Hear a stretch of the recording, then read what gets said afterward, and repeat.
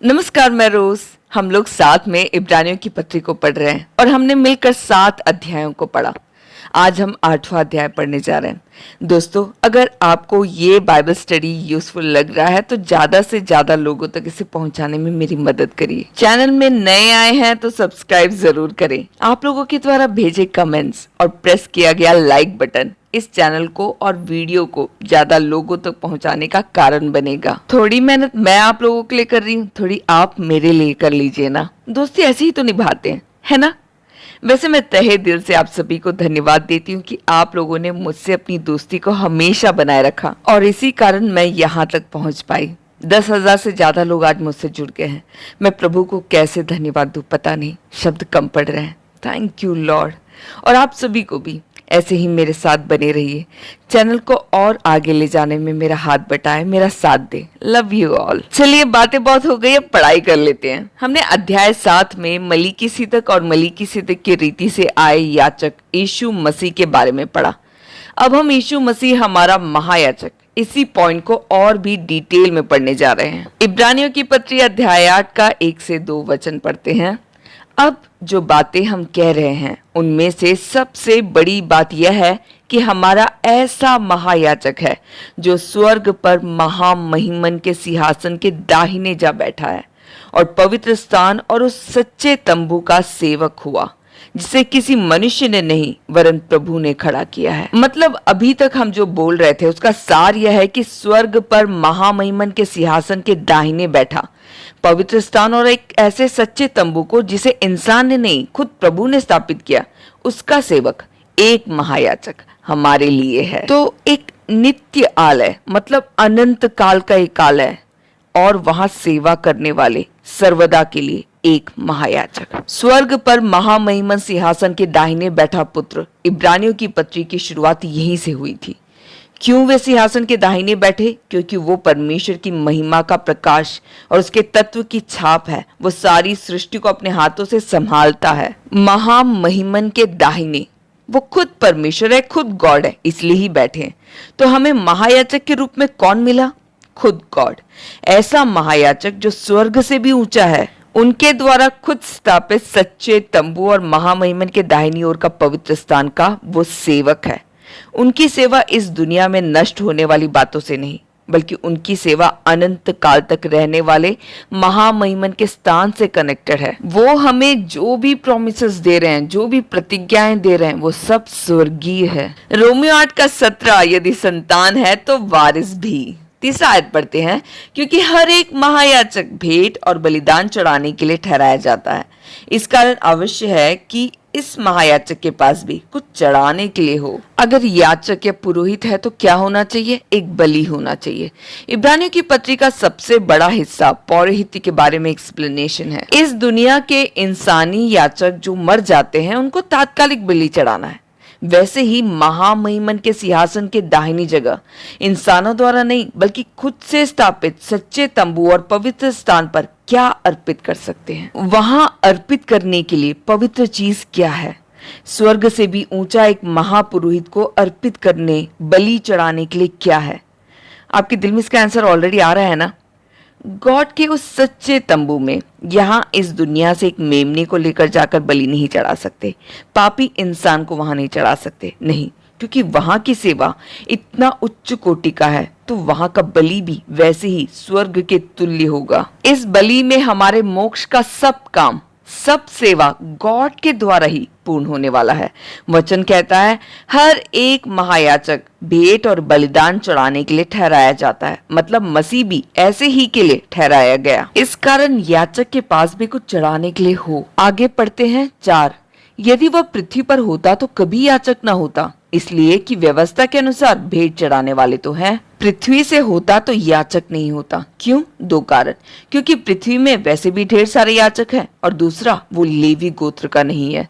पृथ्वी का याचक बनने के लिए गॉड का नियम है कि वो लेवी गोत्र का होना चाहिए। जीसस का पौरोहित्य मलीकिसिदक की रीति का है, वो बहुत ही श्रेष्ठ है। पृथ्वी की सभी सेवा मनुष्य की रीति की है, व्यवस्था के अनुसार है। इस पृथ्वी के सभी धर्म के पुरोहित मानुषिक है। वो सभी गॉड को कैसे भी खुश करने के लिए कुछ रास्ते ढूंढ रहे हैं। इस दुनिया के सभी धर्म के पुरोहित मनुष्य है, बलहीन है। वो क्या चढ़ा रहे हैं उसका पूर्ण ज्ञान तक उन्हें नहीं है। 5वां आयत, वे स्वर्ग में की वस्तुओं के प्रतिरूप और प्रतिबिंब की सेवा करते हैं। जैसे जब मूसा तंबू बनाने पर था तो उसे यह चेतावनी मिली, देख जो नमूना तुझे पहाड़ पर दिखाया गया था उसके अनुसार सब कुछ बनाना। गॉड ने मूसा को जब तंबू बनाने के लिए कहा तो एक नमूना दिखाकर कहा। उसका अर्थ क्या है? मूसा ने जो किया वो सब एक परछाई था। मूसा का मिनिस्ट्री आगे आने वाले ब्लेसिंग का रियल रूप नहीं बल्कि एक प्रतिरूप है। तो मूसा कहाँ सेवा करता है? जो स्वर्ग की वस्तुओं का प्रतिबिंब और प्रतिरूप है वहां। वो स्वर्ग में सेवा नहीं कर रहा है। स्वर्ग की सेवा करने के लिए वहां एक महापुरोहित है, वो पृथ्वी की चीजों के साथ सेवा नहीं करता है। मगर मूसा ने यहाँ एक तंबू बनाया जो स्वर्गीय तंबू का प्रतिरूप है। गॉड ने जो कैलकुलेशन दिया, गॉड ने जो स्ट्रक्चर बताया, वैसे ही उसने एक तंबू बनाया जो सिर्फ एक परछाई था। इस दुनिया के सारे धर्म के पुरोहित और यहूदी धर्म के पुरोहितों में अंतर क्या है? एक बड़ा अंतर कि इजराइल के महापुरोहितों ने जो तंबू बनाया वो गॉड के द्वारा ही डायरेक्ट किया गया था, जो स्वर्ग के तंबू का प्रतिरूप था। मगर दूसरे धर्मों के पौरोहित मानुषिक है। गॉड के बारे में एक जनरल रेवलेशन, सामान्य प्रकाशन पूरी मानव जाति को है कि गॉड एक सुप्रीम पावर है, सब कंट्रोल करता है, आकाश भूमि सब उसने बनाया है, जीवन मृत्यु सब गॉड के हाथों में है। इसे कहते हैं जनरल रेवलेशन, सामान्य प्रकाशन। तो लोग मानसिक बुद्धि से अपने जनरल रेवलेशन के द्वारा ऐसी हर चीज को, ऐसे हर इंसान को गॉड का रूप दे देते हैं जो उनको पावरफुल लगता है या जो उनके समझ में नहीं आता है। मगर इजराइल को मिला रेवलेशन जनरल रेवलेशन नहीं, स्पेसिफिक रेवलेशन था, विशेष प्रकाशन गॉड के द्वारा खुद प्राप्त। अगर कोई आपको ये कहे कि वेदों और पुराणों में, कुरानों में आपको यीशु के बारे में रेवलेशन मिलेगा तो उस बात पर ज्यादा ध्यान नहीं देना। दोस्तों, परमेश्वर ने अपना स्पेशल रेवलेशन सिर्फ हमें बाइबल के ही थ्रू दिया है। मनुष्यों की परंपरा में, उनकी कहानियों में, उनके लेखों में कहीं भी स्पेशल रेवलेशन, विशेष प्रकाशन नहीं है। क्राइस्ट के बारे में हर एक प्रकाशन विशेष है। जनरल रेवलेशन, सामान्य प्रकाशन के मेन दो ही बातें हैं कि एक गॉड सर्वशक्तिमान है, दूसरा गॉड अच्छे स्वभाव वाला है। दुनिया के हर धर्म की ग्रंथ इन दोनों बातों पर ही लिखी गई है। चलिए वापस अपने टॉपिक पर आते हैं। 6वां आयत, पर उन याजकों से बढ़कर सेवा यीशु को मिली क्योंकि वह और भी उत्तम वाचा का मध्यस्थ ठहरा, जो और उत्तम प्रतिज्ञाओं के सहारे बांधी गई है। तो जैसे हम बोल रहे थे, ये दोनों सेवा अलग अलग है और प्रतिज्ञाएं भी अलग अलग है। पहला दूसरे का प्रतिरूप बस है।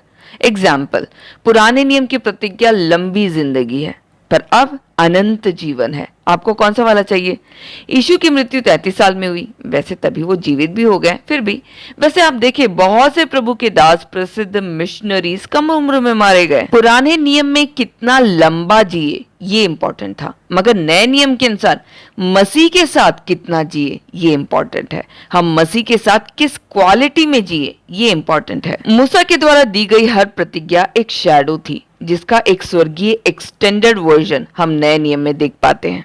तो यीशु मसीह उत्तम वाचा का मध्यस्थ है, better covenant, a covenant of grace and not of work, प्रवृत्तियों के द्वारा नहीं, अनुग्रह की वाचा। 7, क्योंकि यदि वह पहली वाचा निर्दोष होती तो दूसरे के लिए अवसर न ढूंढा जाता। मतलब पहली वाचा में कुछ कमी थी। कमी वाचा में या नियम में नहीं बल्कि दिए गए इंसानों में थी। 8, पर वह उन पर दोष लगाकर कहता है, प्रभु कहता है, देखो वे दिन आते हैं कि मैं इजराइल के घराने के साथ और यहूदा के घराने के साथ नई वाचा बांधूंगा। इजराइल के लोगों पर प्रभु दोष लगाकर उनसे कहते हैं कि मैं तुम लोगों से एक नई वाचा बांधूंगा। ये वर्स हमारे लिए बहुत जरूरी है। इसे अगर हम अच्छे से समझ गए तो बहुत सारे डर से बाहर निकल जाएंगे। क्या नए नियम के अनुसार पूर्वजों से आने वाला शाप हमें अफेक्ट करता है?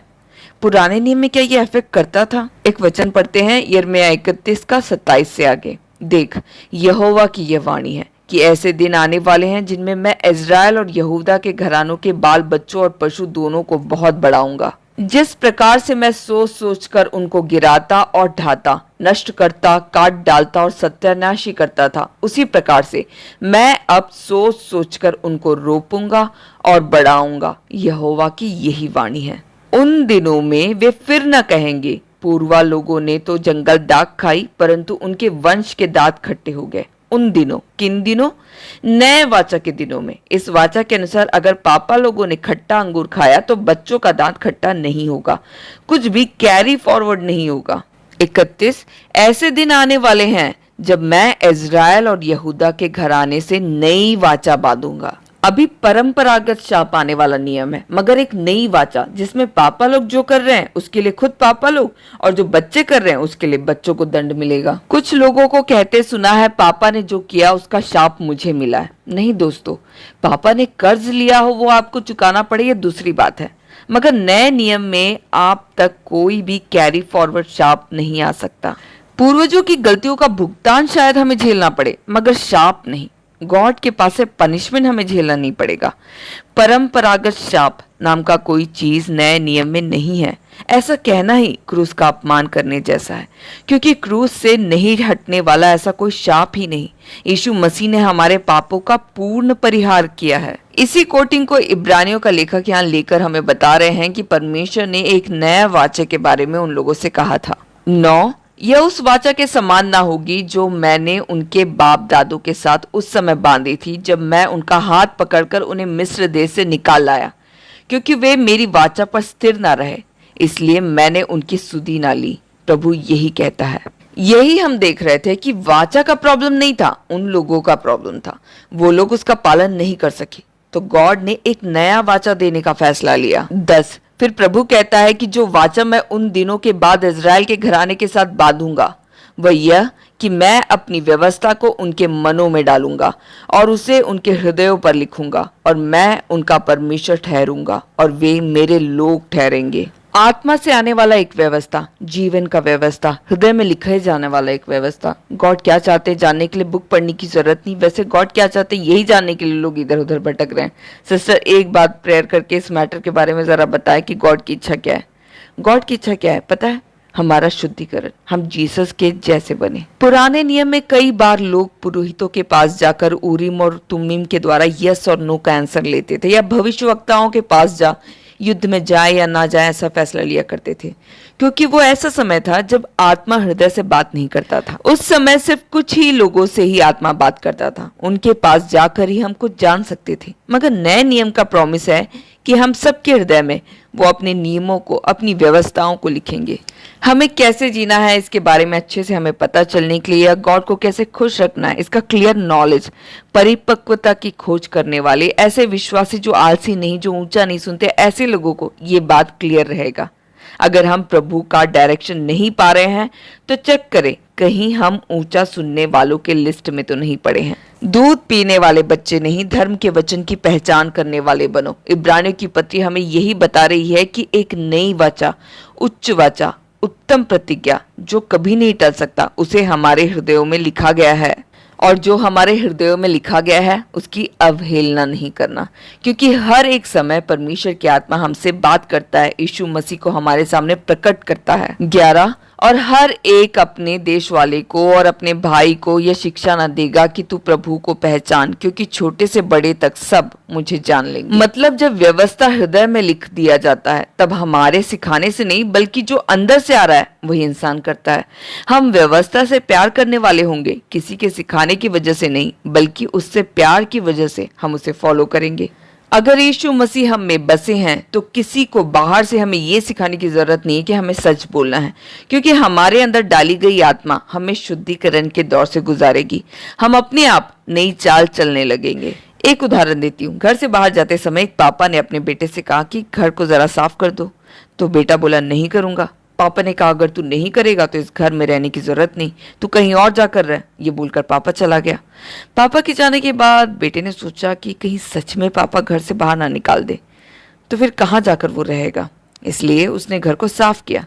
तो एक डर या एक आदेश उसके ऊपर है, इसलिए वो ऐसा कर रहा था। अब दूसरा साइड देखते हैं। इस बच्चे को अपने पापा से बहुत प्यार है। ये सोच रहा है कि पापा मेरे लिए कितना मेहनत करते हैं, मुझसे कितना प्यार करते हैं, मैं अपने पापा को कैसे खुश करूं। पापा जब बाहर से घर आएंगे उससे पहले मैं पूरा घर साफ कर देता हूं, उनको अच्छा लगेगा। उसने ये क्यों किया?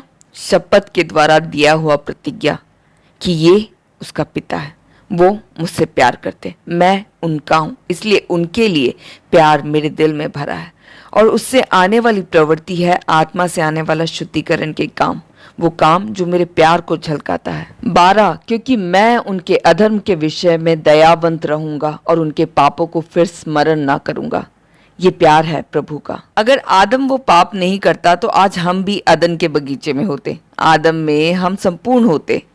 हम परमेश्वर की शक्ति को बस जान पाते, सृष्टिकर्ता परमेश्वर, चलाने वाले परमेश्वर। मगर यीशु मसीह के द्वारा हमें एक विशेष प्रकाशन मिला कि गॉड में एक वीकनेस है। मगर परमेश्वर की निर्बलता मनुष्य के बल से बहुत बलवान है। क्या है वो निर्बलता? उनका मुझसे प्यार। मेरे जैसे एक पापी को बचाने के लिए खुद के बेटे को आगे खड़ा कर दिया। ये मैं ही जानती हूँ, आदम नहीं जानता।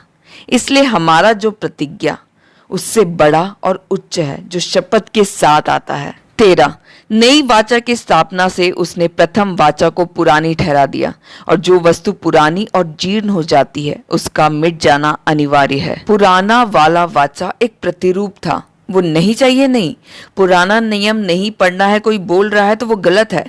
पुराने नियम में छुपा हुआ नया नियम हमें बहुत सारी बातें सिखाता है। बाइबल का एक एक लाइन जरूरी है। पुराना नियम हमें क्राइस्ट को दिखाने के लिए ही लिखा गया है। वो वचन है, वचन जीवित है, वो हमें यीशु मसीह के जीवन की ओर ले जाता है। हम लोग अभी साथ में मिलकर लिखित वचनों को पढ़ और समझ रहे हैं। क्यों? ताकि हम उस वचन तक पहुंचे जो आदि में परमेश्वर के साथ था, जो वचन यीशु मसीह था। मरने से खत्म होने वाला है पुराना सब, मौत तक है बस। मगर उससे आगे पर्दे के भीतर विश्वास के द्वारा, शपथ के द्वारा मिली प्रतिज्ञा के कारण मिला नया नियम, सदा सर्वदा रहने वाले परमेश्वर के पुत्र के द्वारा स्थापित, स्वर्ग से ऊंचे महापुरोहित के द्वारा बनाया गया, महामहिमन के दाहिने परमेश्वर के द्वारा रचा पवित्र स्थान और तंबू की सेवा के अनुसार परमेश्वर का धर्म हम में प्रकट करने वाला एक उच्च सेवा, मलीकी सिदक की रीति का सदा के लिए बना पौरोहित्य का फल है। ऐसे इब्रानियों की पत्री का 8वां अध्याय खत्म हुआ। अगले अध्याय के साथ मुलाकात होगी। यीशु मसीह आप सभी को आशीषित करे। धन्यवाद।